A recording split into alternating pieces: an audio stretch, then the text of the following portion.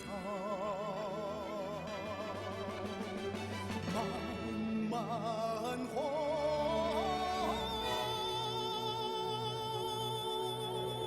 尘。人活世上争口气，一腔热血几回平，看罢了古今多少事，英雄莫问出身，莫问出身，顶天立地男子汉，花开花落叫佳人，说尽了悲欢多少情，英雄自古万人，万人。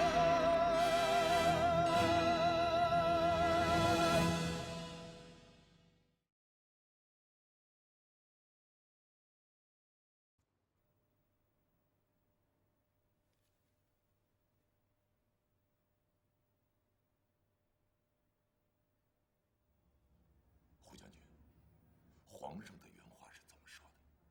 杨宪的原话又是怎么说的？请将军示下，一个字都别漏，千万。杨宪原话是：左脚踩的砍左脚，右脚踩的砍右脚，绝不能宽纵。皇上原话是：不得宽纵，一律重办。一律重办。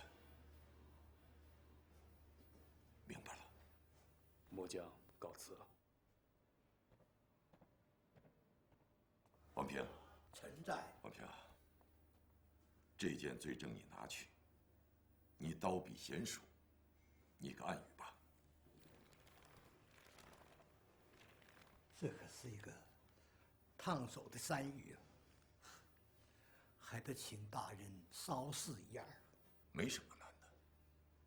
首先通知胡惟庸言行无状，触犯天威；其次，罚他2年的俸禄，剥夺参政衔，戴罪留任。然后请皇上御批。皇上8成还得宽恕他呢。胡惟庸践踏圣旨，其罪不小。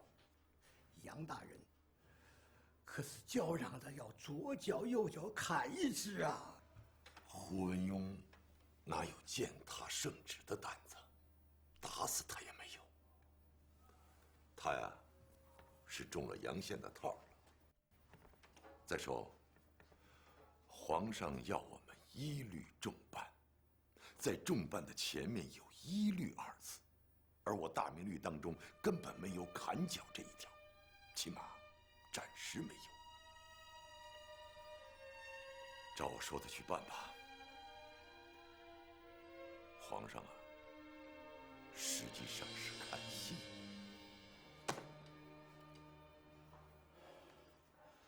你也不仔细看看，怎么一脚踩到猪皮上去呢？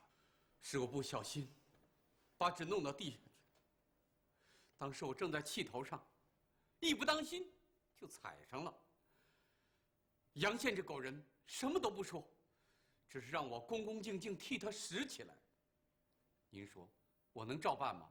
你呀，你是着了他的套了。我不相信，皇上真能剁了我脚。即使剁了，我支着拐子要跟杨宪斗到底。关键不在这儿，关键是杨宪是皇上塞进来制约咱们的，而且他正在兴头上。你当面和他作对，他会去告御状，说咱们一伙儿都和皇上过不去。本宫说的对，但是，如果我们都软得跟绵羊似的，在杨宪这小子面前也得唯唯諾諾的，那麼皇上真會龍心大悅嗎？說不定，皇上更把我們看成是庸碌之臣了。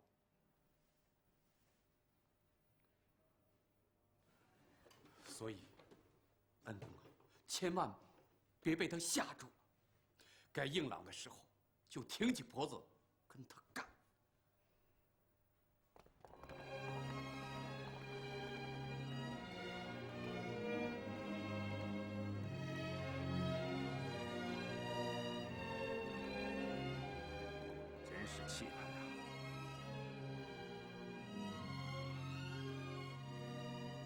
学子们在這裡頭舞文弄墨，那有如坐在龍宮裡啊！寒窗10年苦，功成天下知。学子們一旦金榜題名，那就是躍升龍門了。進去守着。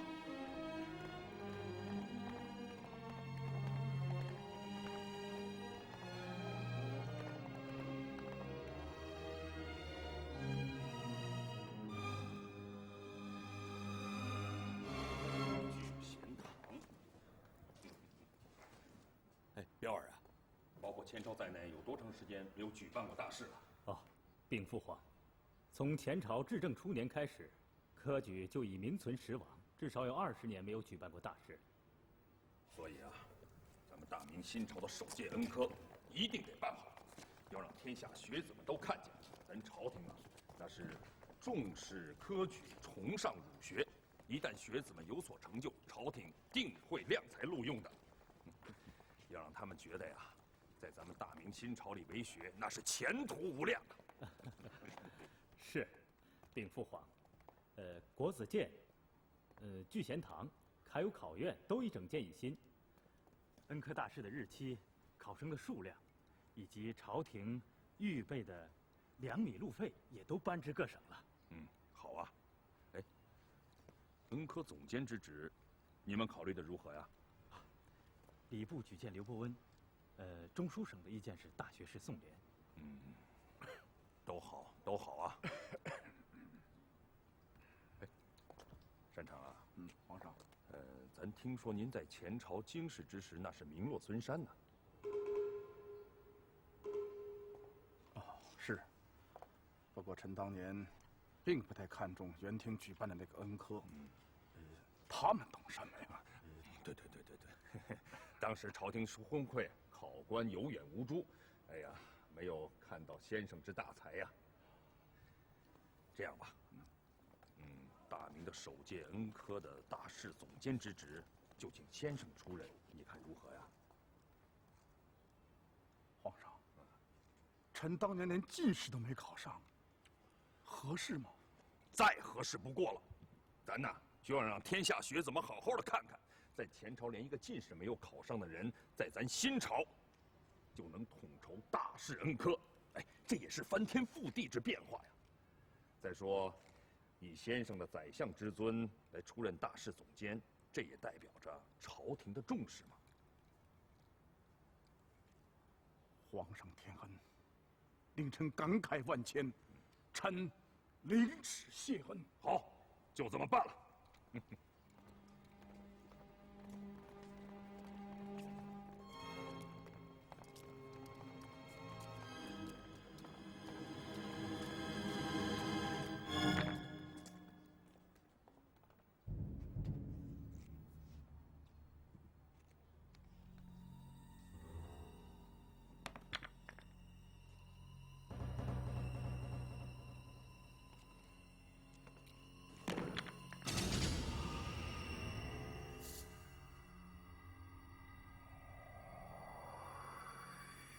石材為何如此的脆弱呀？啊？難道這就是恩科大試的龍道啊？誰辦的差啊？禀皇上，工部主辦，營造司承辦。大試那天，是不是所有的學子都要從這條龍道上入內啊？啊！如果讓他們踩出個大窟窿來，他們會怎麼想啊？聚集天下士子的聚賢堂，竟然是一個糟粕之處、偽劣之所。皇上息怒，或許此處用料是偶爾疏忽。偶爾疏忽，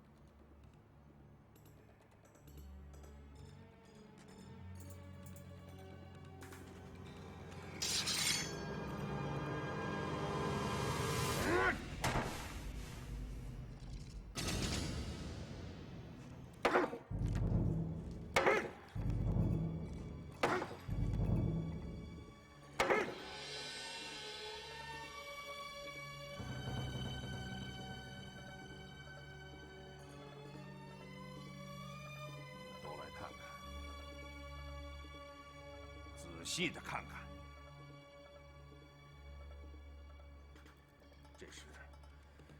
这是梁柱，还是棺材板啊？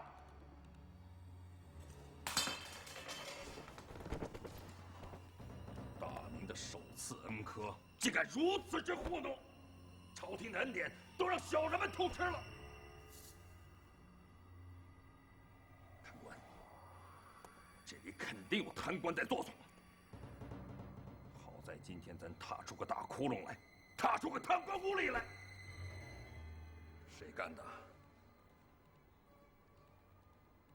嗯？等查出来，一定把他给砍了，把他的脑袋就埋在那个窟窿里面，让天下的士子都从他脑袋上面踩过去。臣是恩科总监，臣请皇上降罪。不必，这个总监刚刚上任，罪不在你。请皇上放心，臣保证查出这个吃里扒外的东西。那也不必，查贼这事儿就不劳先生了。杨宪呐，臣在。你在扬州上任之时，不是仅用了3个时辰，就揪出了那个盗用古种的贪官吗？臣是。咱想看看你进了京城还管用不管用。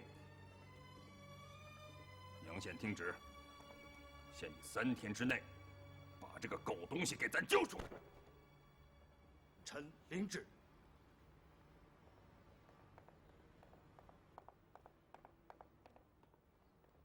恩师，恩师，查出来了吗？查出来了。工部营造司主事马南山，外号马三刀，承建恩科殿堂考场。他纵容属下偷工减料，以次充优，从中贪污自肥。大约有1/5左右的木料石材都被他倒卖了。天哪！简直是骇人听闻。他怎么能这么干呢？对了，这个马三刀当年在打仗的时候就是个亡命之徒，他有什么干不出来呢？啊，还有，这回李相栽定。为何？马南山是李善长的义侄，也是李善长一手安排到工部当主事的。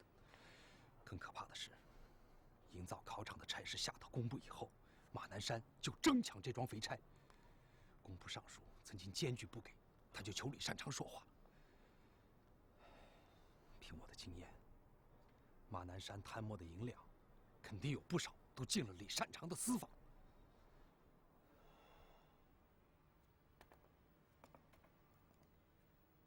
杨宪，恩师，李善长耽于私情，用人不当，但他绝不会贪污受贿。身为相国，他绝不会屑于这种蝇头小利。不管怎么说，这回李相真的得告老还乡了。杨宪，李善长是皇上的老臣，我劝你不要把他往死里整。可是再说，你也整不倒他。杨大人，皇上召您觐见。告辞了，恩师。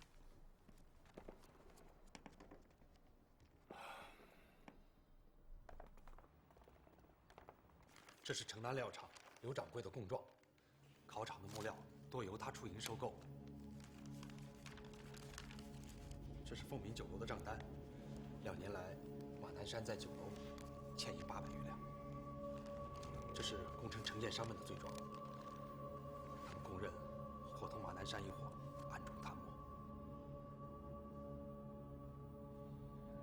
办得不错，没想到你真的在3天之内查出了贼窝子。皇上，臣虽然按时完差了，可是臣一点也不欢喜。面对这些辜负了圣恩的贪官污吏，臣只感到痛苦和愤怒。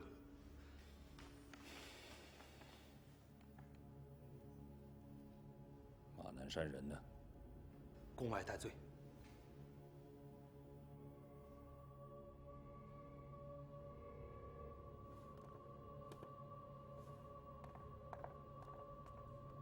禀皇上，臣还查出来，马南山之所以任工部四品主事，是李相国一手安排。这事咱知道，用不着你提醒。是。禀皇上，马南山带到。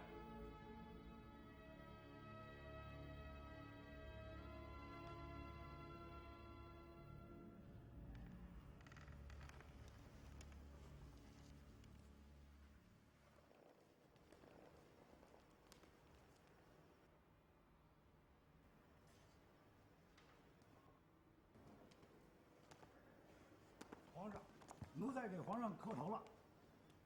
马三刀，这些丑事都是你干的。是奴才干的。你怎么这么财迷心窍啊你？啊，朝廷给你这么多的俸银，难道不够使啊？愚蠢！禀皇上，确实不够使啊。皇上，咱跟您说，凤阳老营的弟兄们个个都升了官，李哥和刘四还娶了俩老婆，起了楼，置了田产，就我骆驼，至今还没续个女人。好不容易谋个工部差事，刚干了2个来月，就栽了。行了，咱叫你来不是听你诉苦的。奴才有罪，奴才给皇上丢人了。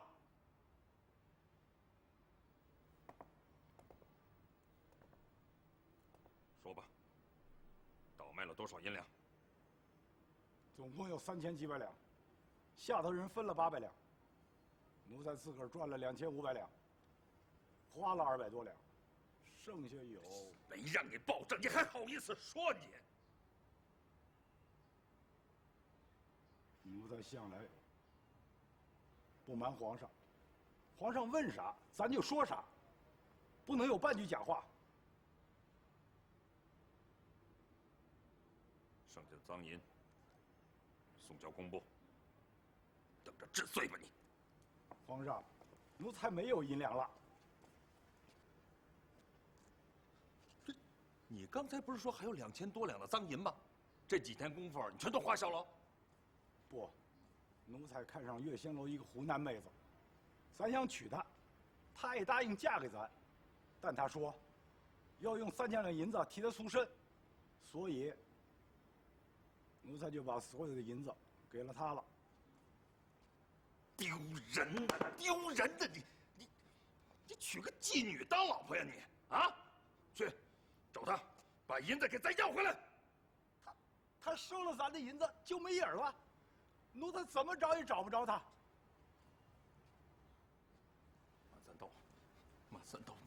马三道，你怎么当时不死在战场上啊你？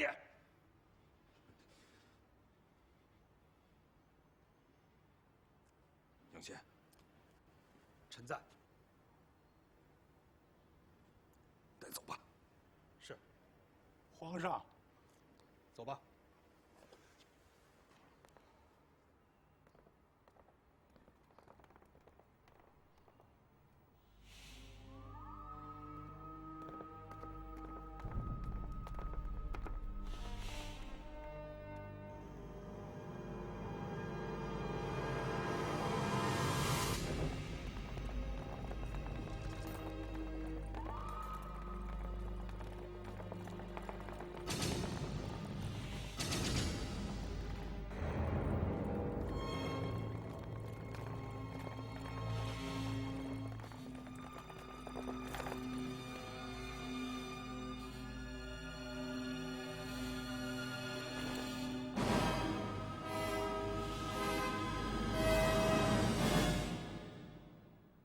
想干嘛你们？啊！斩首。这又不是法场，砍头不该在这儿。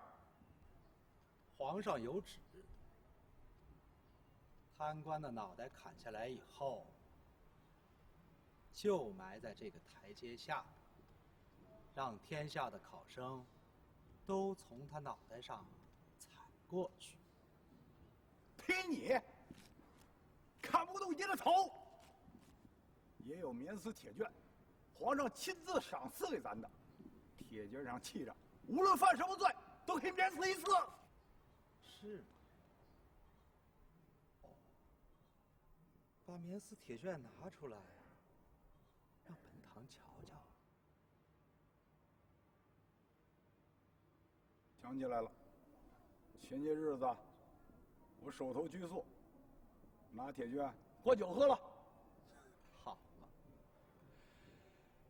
天大的恩典，也抵不上一壶酒啊。杨大人，你看这日头，还不到正午，您宽限咱半个时辰，成不？为何呀？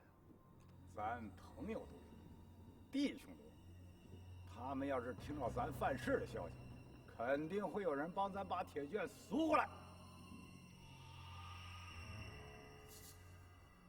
杨大人，咱可是皇上的贴身将领，当年为了皇上，把2个儿子都献出去了。我倒不在意这，我体谅你的是，你小子打起仗来是个勇士，可是你做贼，却是个笨贼呀，让我不到3天就完差了。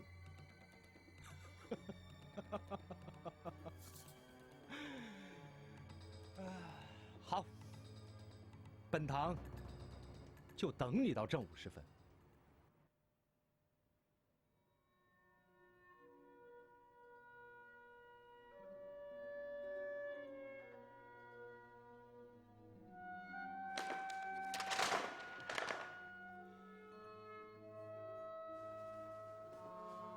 皇上，蓝玉他们来了。咱没招他，所以他们都在殿外跪着。他们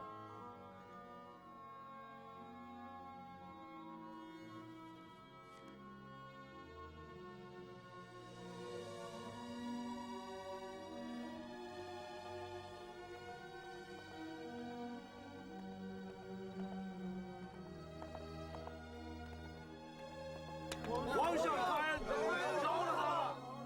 都来说情了是吧？好啊，咱也有一肚子委屈，没地方说呢。你们先说。皇上，马三刀寸步不离地跟了您那么多年，在鄱阳湖血战的时候，他的2个儿子都舍身炸了敌船，他们家都断了后了。皇上，皇上知道不？马三刀虽然贪污了银两，但在这些年，把自个儿俸银的银两全部拿出来，给死去的兄弟们的遗孀们了。皇上，皇上，弟兄们都商量过了，马哥断了朝廷多少银两，咱们替他还。这皇上饶他一命啊！请皇上饶他一命吧！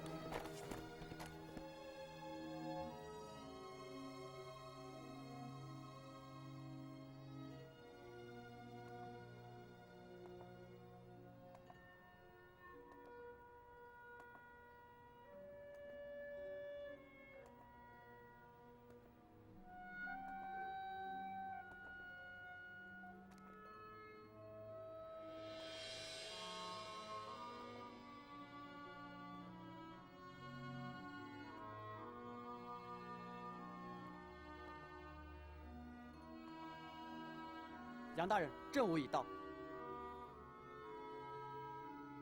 马三刀，上路吧。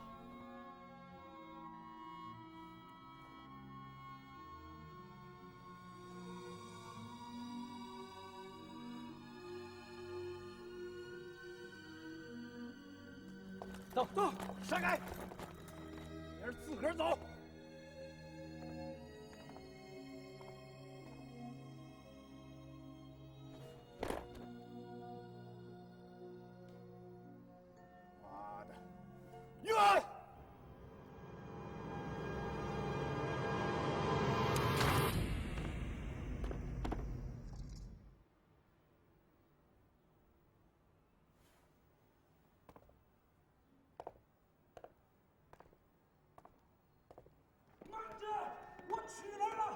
取来了，我取来了，杨大人，马叔的免死铁券，我替他赎回来了。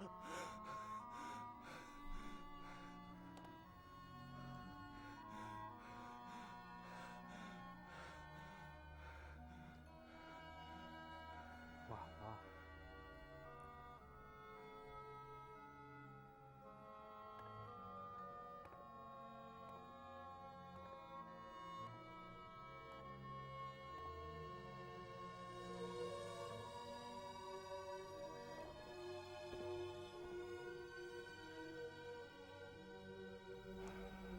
咱清楚啊，像马三刀这样的弟兄，除了杀人打仗，啥也不会干。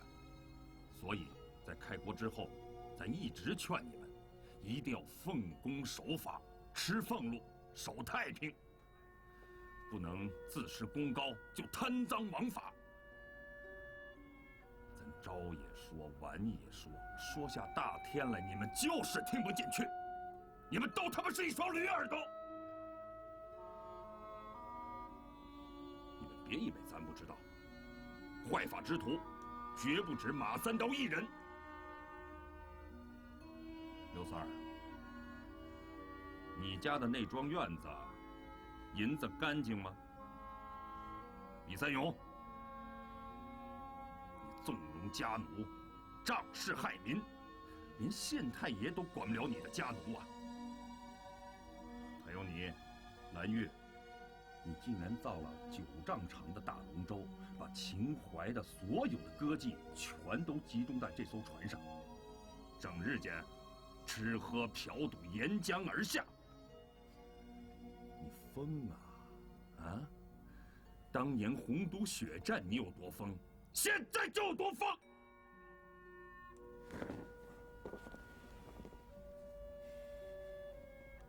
開國之前，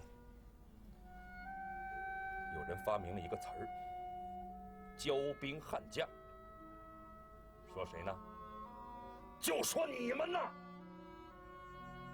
受典大禮之後，又有人發明了一個詞兒，叫做“淮西勳貴”，又說誰呢？還他媽是你們！這詞兒能殺人呢，知道不？為何呀？因為你們已經激起了民怨，已經危及到朝廷的安危了，天理難容。此事咱絕不能坐視不管。馬三刀這事兒，就是給你們最好的教訓。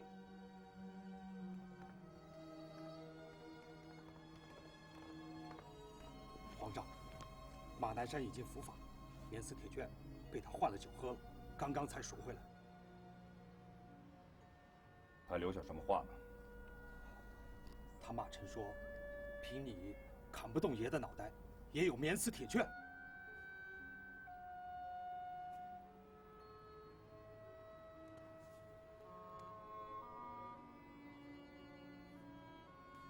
都是這個免死鐵券害的。你們以為只有他，你們就生出3、4個腦袋來了？啊？你們犯了法就死不了了，是不是？告訴你們，這是咱給你們的一份恩典，沒有給你們貪贓枉法的權利。楊憲，臣在。咱後天要去太廟祭祖告天，你傳旨給那些持有免死鐵券的功勳們，就說咱在太廟會點燃那隻祭天的大銅爐，咱在那兒候着。如果誰主動的交回免死鐵券的，歡迎；不交的，咱也不勉強，讓他以後自個兒珍重就是。臣領旨。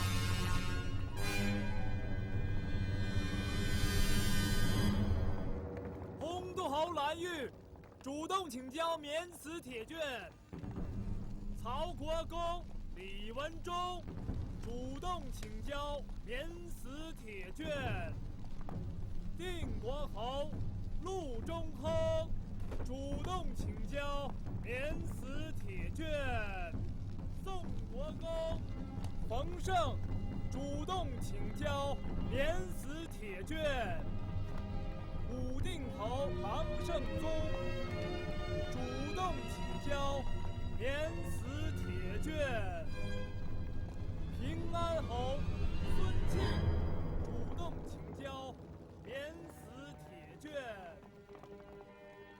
华岳侯郑裕主动请交免死铁券，相国公李善长主动请交免死铁券，相国公徐达主动王法如天，无论贵贱，现在咱可以严刑执法了。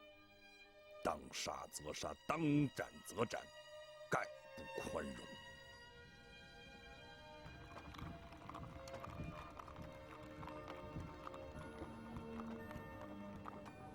禀皇上，臣在查办这件案子的时候，发现李相国屡屡在朝廷各部安置亲信，有结党营私之嫌呐。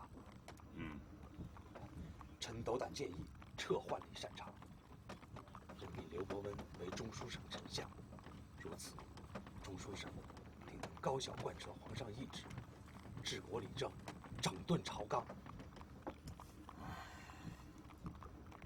李善长跟了咱大半辈子，功勋卓著，咱实在不忍心把他拿下呀。再说了，咱也得讲仁义，不是？是。啊，谢皇上。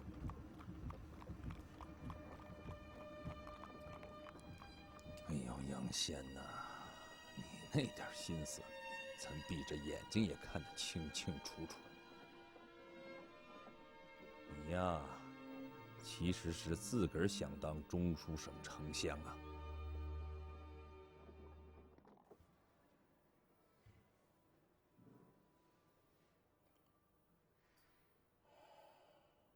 恩公，连你也交了免死铁券了。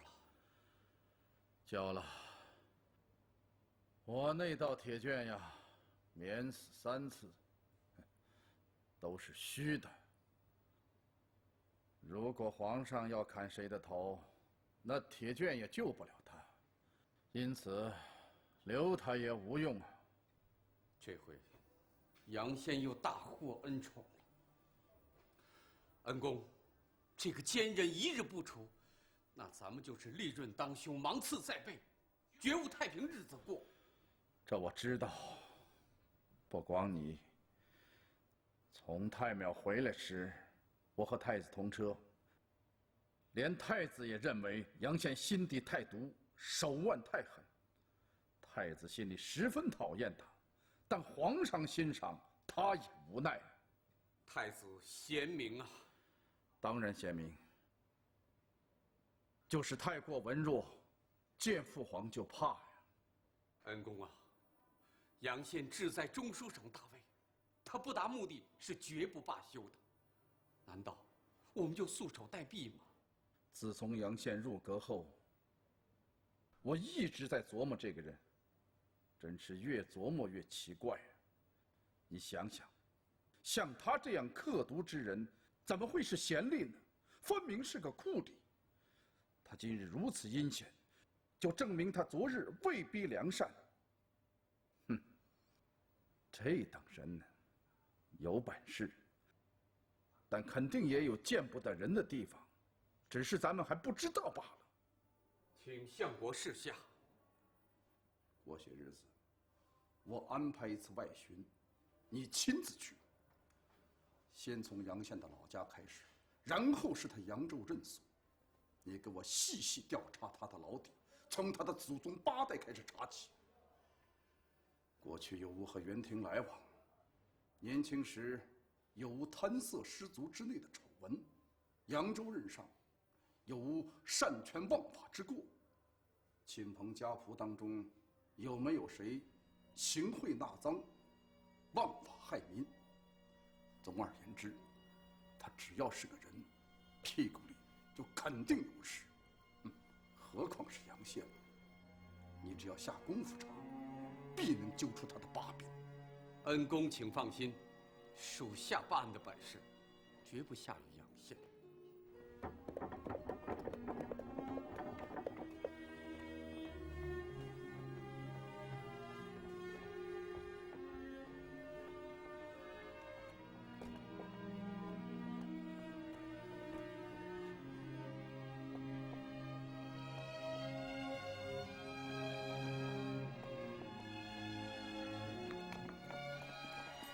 你找谁？这位兄弟，请禀报府台，胡惟庸拜见。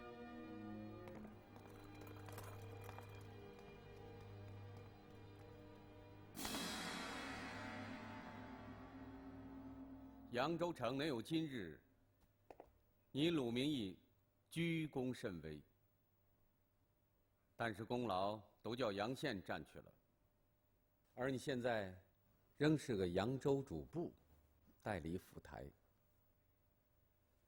我还知道，你惧怕杨宪，担心风声傳出，會給自個兒惹禍，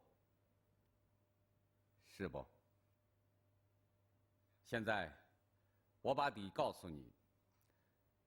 此次，我是奉旨巡查，朝廷對楊憲的昔日政績，頗有不解之處。比如，2年全面復耕，3年大獲豐收，可能嗎？再比如，揚州城雖然人口激增，但也有不少返鄉之後，竟又外逃了。他們為什麼要第2次背井離鄉呢？這你們也知道？當然知道。朝廷給過揚州那麼多物資，都用到哪兒去了？用的是否妥當？還有，刑部曾經接到過一樁來自揚州的無頭狀書，狀告知府擅行酷法，逼死良民，只因事主不敢署名，這樁無頭冤案就擱下了。怎麼？刑部只接到1封狀書？哦，難道有過許多封嗎？如此看來，都叫人壓下了。只有那1封無頭狀書是漏網之魚，對嗎？屬下不清楚。魯明義呀，該說的我都說了，只要你配合本堂調查清楚，中書省在半月之內升你為揚州知府。4品，或許你不願意再在揚州城幹下去了，那也成。說出地方，願意在哪個州做知府，中書省給你調換。胡大人吶，楊大人的隱情，下官實在是不知道。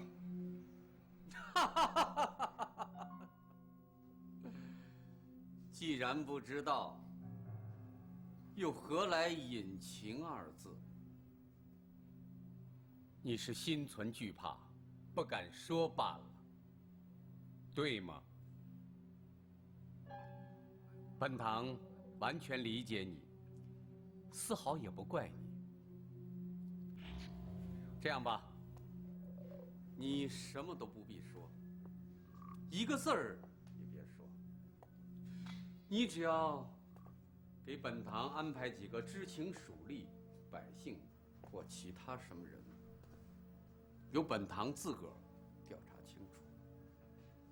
事後，本堂無論在什麼情況下，都會堅持這麼一句：魯明義什麼都沒說，一個字兒也沒說，都是我胡惟庸自己調查出來的。你看，這樣成嗎？成。谢胡大人。应该我谢你才对。至于安排什么样的人，鲁大人应该有数吧？下官有数。胡大人，人都在里边。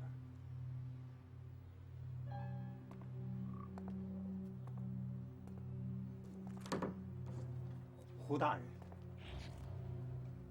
下官可什么都没有说啊。放心吧，你什么隐情都没说，这是事实嘛。下官在府衙备酒恭候。